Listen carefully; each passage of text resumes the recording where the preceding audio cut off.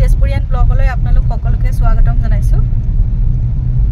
আকৌ এটি নতুন ভিডিঅ লৈ আপোনালোকৰ মাজলৈ আহিছো। আজি ক'ত আহিছো চাবচোন, আপোনালোকক দেখাই যাম, আপোনালোকে সাপোৰ্ট কৰি যাব। এয়া আমি তেজপুৰৰ পৰ্বতীয়া গাঁৱৰ মাজেৰে গৈ আছো। এয়া চাওকচোন, কিমান ধুনীয়া ৰাস্তা। আকাশখনত ডাৱৰে কেনেকৈ সৌন্দৰ্য দি আছে। ৰাস্তা পদূলিবোৰ সঁচাই বৰ ধুনীয়া। এয়া আমি যি ঠাইলৈ আহি আছো চাওকচোন। এয়া এই গেটখনৰ তলেৰে আমি এতিয়া পাৰ হৈ যাম। চাওকচোন, শ্ৰী শ্ৰী পগলা বাবা শিৱ মন্দিৰলৈ। চিৰ সেউজীয়া গছ গছনিৰে ভৰা এই মনোৰম দৃশ্যটো উপভোগ কৰকচোন। দেখিছে কি মৰম লগা দৃশ্য, কি ধুনীয়া লাগিছে চাওকচোন। এয়া আমি আহি আছো, দেখিছে পথৰ দুয়ো কাষে চিৰ সেউজীয়া গছেৰে আৱৰি আছে। এয়া আমি আহি পালোহি শ্ৰী শ্ৰী পগলা বাবা শিৱ মন্দিৰ। দেখিছেনে? এয়া মই যিহেতু ঘৰৰ পৰা একো অনা নাছিলোঁ প্ৰসাদ হিচাপে, সেয়েহে ওচৰতে থকা সৰু দোকানখনৰ পৰা মই ধূপ চাকি আৰু অকণমান মিঠাই ল'লোঁ। এয়া এতিয়া মই মন্দিৰৰ ভিতৰলৈ সোমাই গৈছোঁ।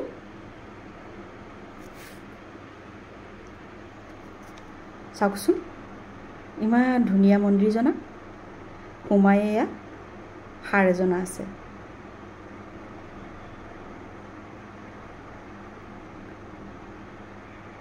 এয়া চাকি জ্বলোৱা স্থান হয়। ইয়াতে মই চাকি গছ জ্বলাম আৰু ভিতৰত সোমোৱাৰ আগতেই এয়া মাতা গণেশ বাবা আৰু জয় শ্ৰীৰাম হনুমান বাবা আছে। ইয়াতে চাকি জ্বলোৱাৰ সুবিধা কৰি দিছে, যাত্ৰীয়ে ইয়াতে চাকি ধূপ জ্বলাব পাৰে। ময়ো জ্বলাই ল'লোঁ। এয়া গণেশ বাবাক অকণমান ধূপ দিলোঁ, প্ৰাৰ্থনা কৰিলোঁ।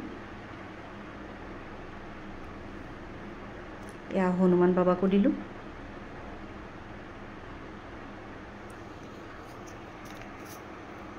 এইফালে সাৰজনাকো অকণমান ধূপ অৰ্পণ কৰিলোঁ। সঁচাই মন্দিৰলৈ আহিলে মনটো বৰ পবিত্ৰ লাগে।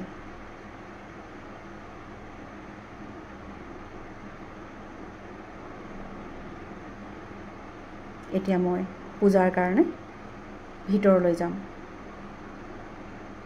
মই টিলিঙাটো ঢুকিয়েই পোৱা নাছিলোঁ। চাওকচোন, বজালোঁ আৰু ঘাণ্টিটো বহুত ডাঙৰ হয়। এয়া ভিতৰলৈ সোমাই আহিলোঁ।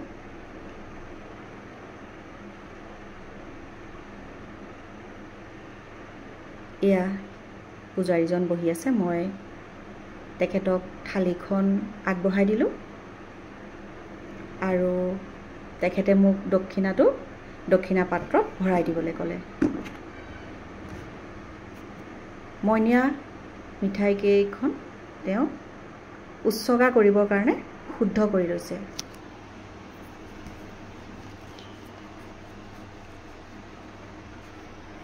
চাওকচোন, শিৱলিংগটো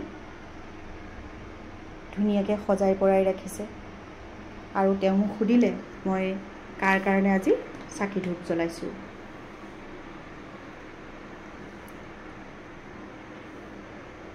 আৰু এই শ্ৰী শ্ৰী পগলা শিৱ মন্দিৰ কেনেকৈ হ'ল মই আপোনালোকক জনাবলৈ চেষ্টা কৰিম এই পূজাৰীজনৰ জৰিয়তে।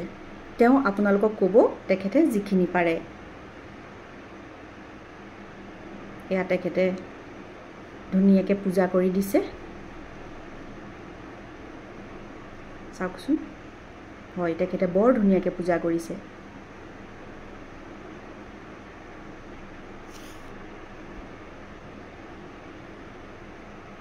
হয় চাওকচোন এতিয়া মোক তেখেতে সেৱা ল'বলৈ ক'লে তেখেতে মানে আশীৰ্বাদ এতিয়াহে দিব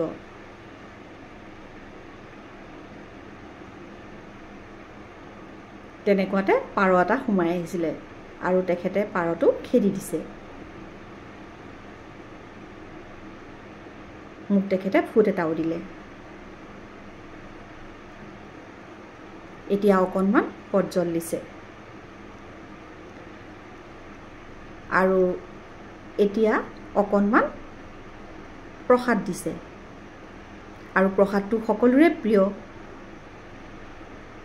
মই আপোনালোকক দেখাব বিচাৰিছোঁ এই মন্দিৰ জনা শ্ৰী শ্ৰী পগলা বাবা থান বুলি কয় তেখেত ইয়াতে মানে থকা বাবাজনে পূজাৰীজনে আমাক অকণমান আপোনালোকক এই মন্দিৰজনাৰ বিষয়ে যি জানে আপোনালোকক জনাব আপোনালোকে শুনকচোন খুৰা আপুনি অকণমান কওকচোন মই নিজেতো মই হয়তো বিশেষ নাজানো এইটো মানুহৰ মুখতে শুনিছোঁ আজিৰ পৰা হয়তো 100 বছৰ আগত ইয়াত এটা বাবা আছিলে তেতিয়া অতব্য জংঘল আছিলে হাবি চাৰিওফালে কিন্তু কোনোবা খৰিকটীয়া মানুহ বা কাৰোবাৰ চকুত পৰে সেই বাবাজনে সদায় জংঘলে জংঘলে ঘূৰি থাকে সেই মানুহৰ ৰাস্তা কেতিয়াও অৱস্থা নেকি কিছু বছৰ থকাৰ পিছত তাৰপিছত সেই বাবাজন ইয়াতে তাৰমানে অন্তৰ্ধান হৈ গ'ল অন্তৰ্ধান যিবিলাক মানুহে জানে আৰু যে এনেকুৱা বাবা এটা আছিল লগ নাপাওঁ কি হ'ল এতিয়া কি নহ'ল এতিয়া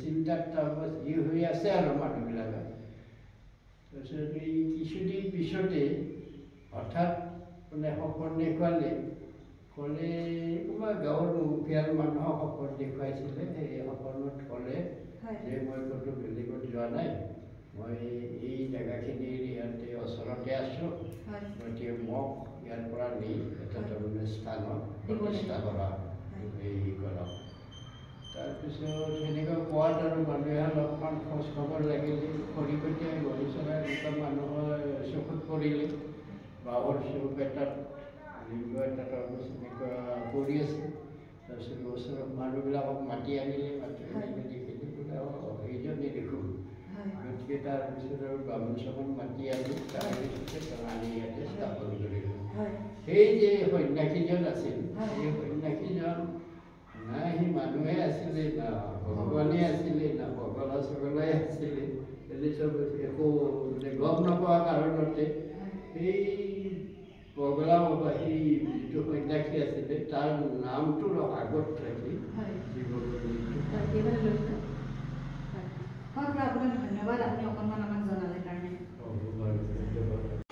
এতিয়া মই মন্দিৰৰ পৰা ওলাই আহিলোঁ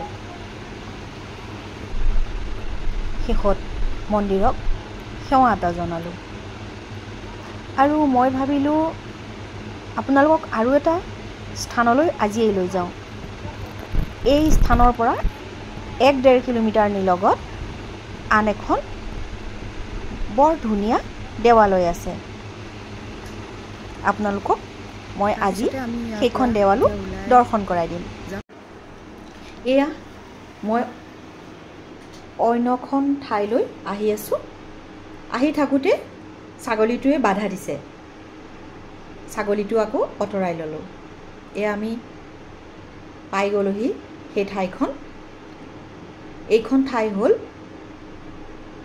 ভৈৰৱপদ দেৱালয় চাওকচোন কিমান ধুনীয়া দেখিছে এখন ভৈৰৱপদ দেৱালয় হয় মই আপোনালোকক ভিতৰলৈ লৈ যাম এয়া বাহিৰৰ পৰিৱেশ প্ৰকাণ্ড প্ৰকাণ্ড গছ কাষত বৰলুইতৰ পানী বৈ গৈছে ইয়াৰ ৰাস্তাটোৱেদি আপুনি বৰলুইতৰ পাৰলৈ যাব পাৰিব আৰু দেৱালয়লৈ অহা যাত্ৰীয়ে এয়া দোকানত পূজা অৰ্চনাৰ বাবে বস্তু ল'ব পাৰিব ময়ো ল'লোঁ লৈ পেলাই মন্দিৰৰ ওপৰলৈ যাবলৈ চেষ্টা কৰিলোঁ এয়া চাওক চিৰিয়েদি অকণমান উঠিবলগীয়া হয় পাহাৰৰ ওপৰত যিহেতু ভৈৰৱপদ আছে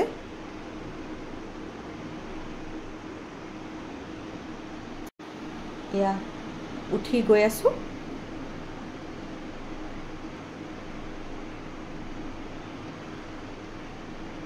ইয়াৰ ওপৰৰ পৰা বৰলুইত উপভোগ কৰিবলৈ বৰ ধুনীয়া। গছ গছনিৰে এখন চালিৰ দৰে চানি ধৰি আছে। প্ৰকাণ্ড প্ৰকাণ্ড গছ, প্ৰকাণ্ড প্ৰকাণ্ড শিল। এই ভৈৰৱপদ মন্দিৰ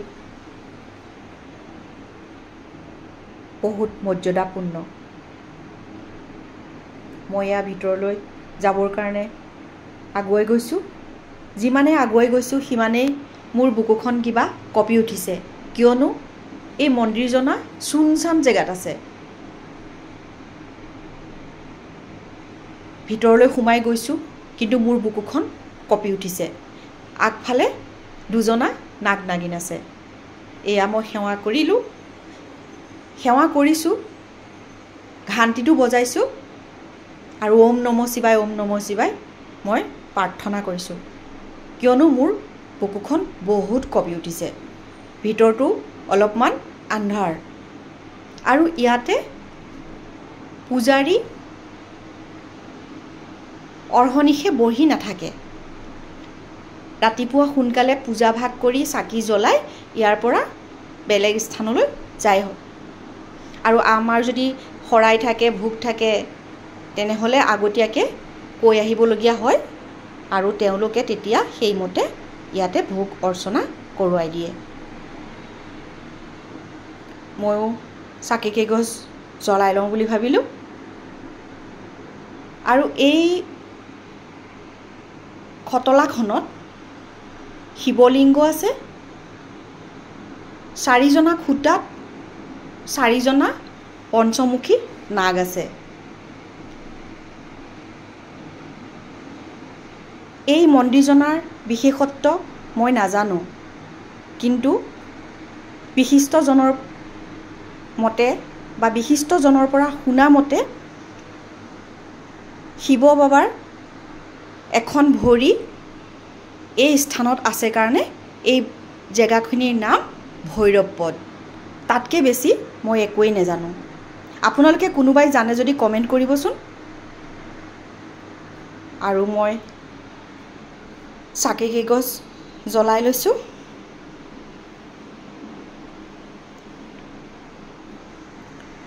সুন্দৰভাৱে মোৰ চাকি কেইগছ জ্বলিছে। আৰু এনেকৈ যেতিয়া সুন্দৰকৈ চাকি কেইগছ জ্বলে ন, মনটো বহুত পবিত্ৰ লাগে। আৰু চাকি কেইগছ জ্বলাৰ লগে লগে সেই জেগাখিনি পোহৰ হৈ গৈছে। চাওকচোন, আপোনালোকে অনুভৱ কৰিছেনে বাৰু?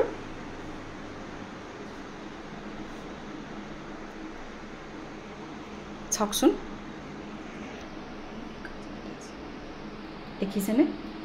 মই ধূপ জ্বলাই ল'লোঁ, চাকি জ্বলালোঁ।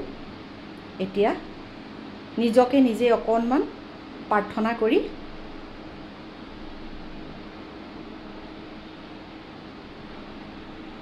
ভগৱানৰ ওচৰত ক্ষমা ভিক্ষা মাগিছোঁ। হ'ব পাৰে ভুল কিবা কিবি। এই ঠাইখিনি বহুত পবিত্ৰ ঠাই।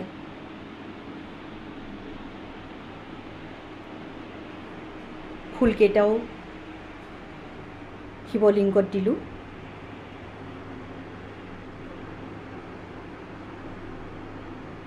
যি নেকি লিংগত পানী পৰি থাকে, মিঠা পানী চৰে, সেই মিঠা পানীতে মই অকণমান প্ৰসাদ দি দিলোঁ।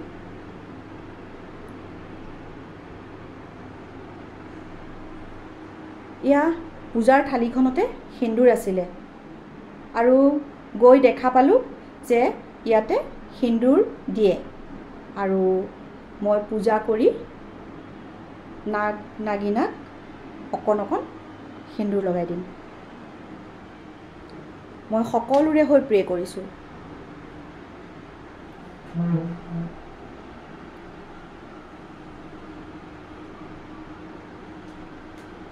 এয়া মই এতিয়া সেন্দুৰকণ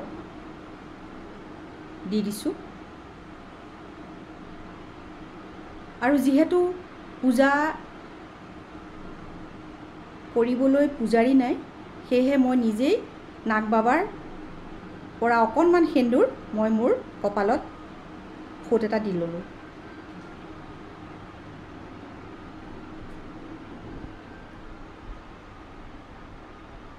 এয়া দেখিছেনে? এয়া মই অকণমান আপোনালোকক দেখাব চেষ্টা কৰিছোঁ। চাওকচোন, ইয়াতে অকণ অকণ পানী পৰি থাকে, দেখিছে? এয়া মই পিছফালে দি ঘূৰি আহিবলৈ ক্ষমতা নাই, মই এনেকৈ ছাইডৰ পৰাই আপোনালোকক দেখাইছোঁ। চাওক, দেখিছেনে? এয়া চাওকচোন, এয়া দেখিছে? চাৰিওজনা খুটাতে এয়া পঞ্চমুখী নাগ নাগিনা যোৰা আছে। চাওকচোন, দেখিছে? এয়া এতিয়া এই ঠাইখিনি পোহৰ হৈ গৈছে। হয়, মই এতিয়া ইয়াৰ পৰা ওলাই যাম। ওলাই আহিলোঁ। এইটো চাওক, কোনোবাই চিনি পাইছেনে? এইটো কমেণ্ট কৰিবচোন। এইটো বিদ্যাপাঠ হয়। আগতে আমি পঢ়ি থাকোঁতে কিতাপৰ মাজত এনেকৈ পাঠবোৰ সোমোৱাই দিওঁ, তেতিয়া মানে আমি পঢ়াত চোকা হ'ম। দেখিছে? বিদ্যাপাঠ হয়। এয়া চাওক, ইমান আছে চাওক, ময়ো দুটামান লৈ যাওঁ।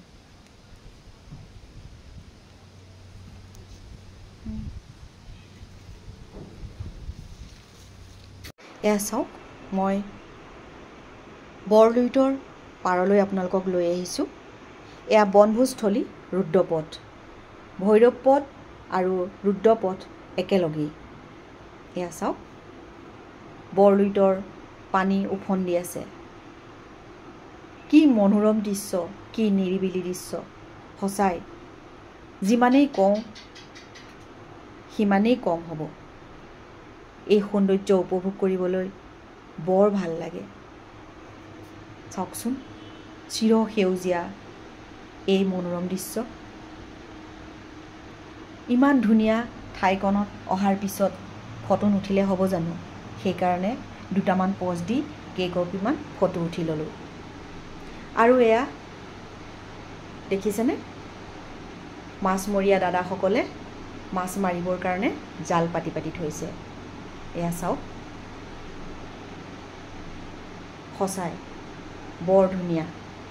চাওকচোন, এওঁলোকে সময়ে সময়ে ইয়াতে মাছ মাৰে। আৰু বৰলুইতৰ পানী উপচি আছে, দেখিছেনে? চাওকচোন, ইমান ধুনীয়া। সঁচাই ইয়াত থকা সময়খিনি কেনেকৈ পাৰ হয় গমকে নাপাওঁ। মোৰ নিজৰ কেতিয়াবা মনটো বেয়া লাগিলে এনেকুৱা নিৰিবিলি ঠাইত আহি অলপ সময় বহিলে মোৰ মনটো ভাল লাগে। আপোনালোকৰ হয়নে তেনেকুৱা? দেখিছেনে? আমাৰ তেজপুৰ চহৰখন কিমান ধুনীয়া। আপোনালোকে যদি চাব বিচাৰে তেজপুৰৰ কিবা ঠাই, মোক জনাব, কমেণ্ট কৰিব। মই আপোনালোকক সেই ঠাইখিনি দেখাবৰ কাৰণে চেষ্টা কৰিম। দুটামান মই ৰিলছো বনালোঁ, আপোনালোকক নিশ্চয় দেখাম। এয়া চাওক, দেখিছে? ইয়াত থকাৰ সময়খিনিত ঘৰলৈ যাবলৈ মন নাযায়, ইয়াতে যেন পাৰ কৰিম। চাওক, কি ধুনীয়া দৃশ্য। হয়, বহুত ধুনীয়া দৃশ্য।